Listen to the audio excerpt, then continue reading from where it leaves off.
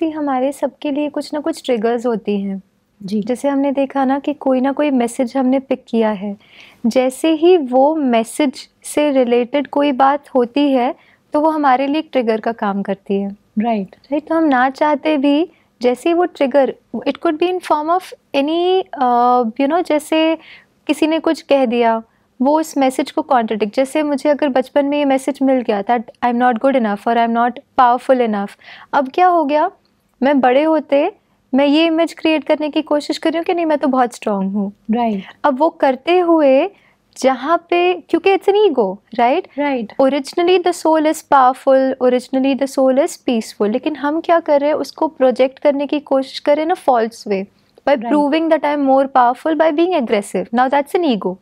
Right. और ego सदा ही वल्नरेबल है। राइट। क्यों? बिकॉज ईगो की लाइफ लॉन्ग नहीं होती।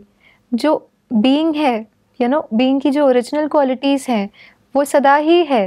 राइट। तो वहाँ पे हमें कुछ प्रूव करने की ज़रूरत नहीं पड़ती। लेकिन जैसे ही हम ईगो अवेयरनेस क्रिएट कर लेते हैं, ईगो इज़ वल्नरेबल। तो जैसे ही वो ट्रिगर आया जिसने हमारी उस फॉल्स आइडेंटिटी को क्वेश्चन किया, right, and we end up reacting.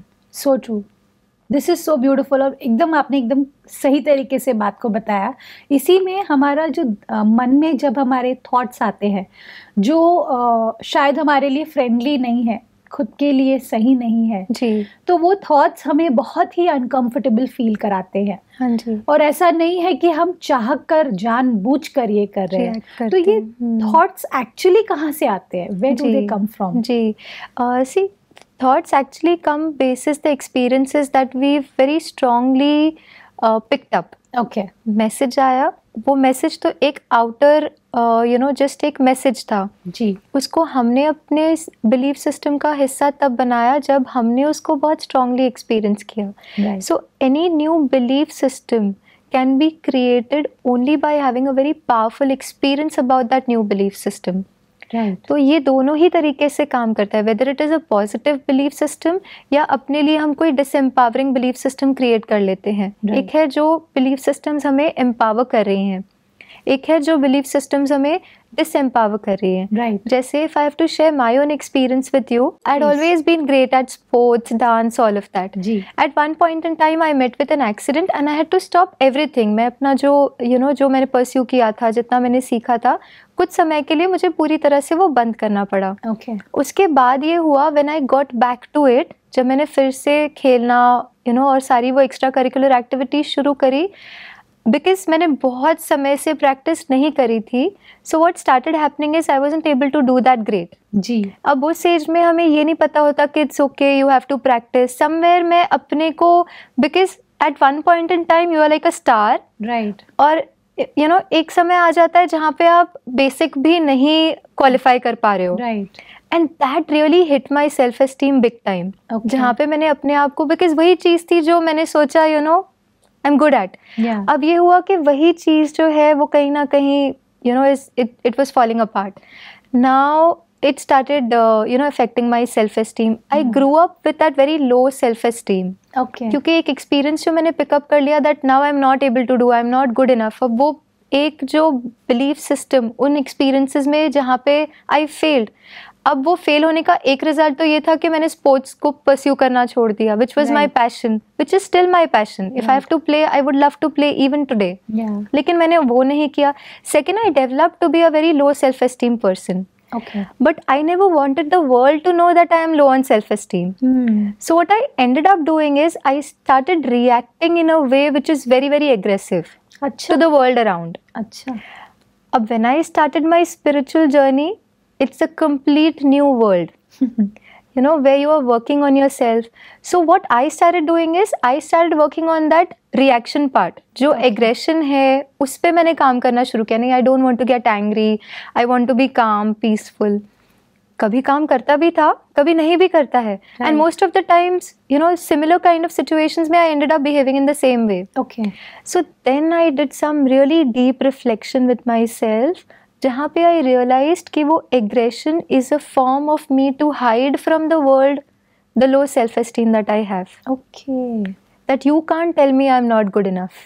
Who are you to tell me कि मैं ठीक नहीं हूँ? जबकि अंदर से there is this insecurity and low self esteem which says कहीं the world should not know it.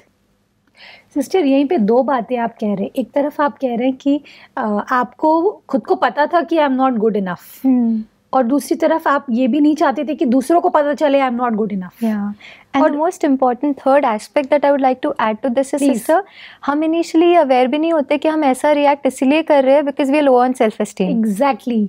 तो यहाँ पर एक्चुअली मेरा सवाल आता है जी कि उस मोमेंट पर अगर मुझे पता नहीं है कि मेरा लो सेल्फ एस्टीम है, जी, तो मेरा तो थॉट यही रहेगा हाँ जी, कि I am good enough, yes, who are you to tell me that I am not good enough. Yes, तो वो अवेयरनेस जो होती है, in a way it's an awareness only, right, कि भाई आप ये सोच रहे हो कि आई एम गुड इनफ, जी, वो भी एक तरीके का अवेयरनेस है, भले वो हाँ फॉल्स जी, अवेयरनेस है, हाँ जी, लेकिन अवेयरनेस है। हाँ जी, तो ये जो जर्नी होती है from I am good enough, जो कि फेक है, to I am not good enough, ये जर्नी कैसे तय होती है? जी। सो ये बहुत ब्यूटिफुली आपने कहा कि एक false identity that I am good enough, right, to a realization that the inner thing is I'm not good enough, and then even more important to come back to that real realization that I'm good enough. That is also very important. ओ वो तो मैंने सोचा ही नहीं। जी, so there are these three aspects, और इसी में पूरी journey जहाँ हम अपने सेल्फ रियलाइजेशन की बात करते हैं जी, ये एक बहुत डीप वर्क जो हम अपने साथ कर सकते हैं। और इसको करने का एक तरीका जो मैंने अपनाया, जिसने मुझे बहुत हेल्प किया, वो ये था कि जैसे ही आप देखेंगे, जैसे पिछले एक हफ्ते में आप देखें कौन सी ऐसी बात है जिसने आपके माइंड में कोई डिस्टर्बेंस या रिएक्शन क्रिएट किया, राइट, उसी तरह से एक ऐसी सिचुएशन को आइडेंटिफाई कर लें। हम सभी, आप और हमारे जो दर्शक हैं, वो एक ऐसी बात को सोचें जी। उसी तरह से अब देखें पिछले एक महीने में जो बातें, ऐसी सिचुएशंस आई या किसी ने कुछ कहा जिसने मुझे डिस्टर्ब किया, उन बातों को हम एक पेपर पे लिख लें या अपने मन में उन्हें बहुत क्लियरली देख लें। जी, इसी तरह से पिछले एक साल में भी कौन सी ऐसी बातें थी जब आपका बहुत स्ट्रॉन्ग रिएक्शन आया, उन बातों को देखें। शायद कुछ ऐसे एपिसोड्स होंगे जहां आपने बहुत स्ट्रांगली रिएक्ट किया, उन बातों को देखें। और जब आप बहुत क्लियरली ये करेंगे, आपको एक पैटर्न नज़र आएगा। वो पैटर्न जो है, जब हम उस पैटर्न को पकड़ लेते हैं कि कौन सी ऐसी बात है जो हमें डिस्टर्ब कर रही है, तो कहीं ना कहीं ये हमारे उस बिलीफ सिस्टम तक हमें पहुंचने के लिए मदद करती है, जो बिलीफ सिस्टम क्वेश्चन होने पर ट्रिगर होता है। Okay. So we have to basically just be aware. अगर हम पीछे नहीं भी देखना चाहते हैं, सपोज आज कोई ऐसी बात हुई and I am reacting in certain way, आप देखेंगे कल भी वैसी ही कोई बात को लेकर हम रिएक्ट करेंगे। So today what I need to do is the first step of self realization in terms of overcoming these disempowering belief system is, सबसे पहले तो हम सिर्फ उस पैटर्न को ऑब्जर्व करें। राइट। कौन सी ऐसी बात है जो कोई मुझसे कहता है तो आई गेट डिस्टर्ब्ड। बिल्कुल।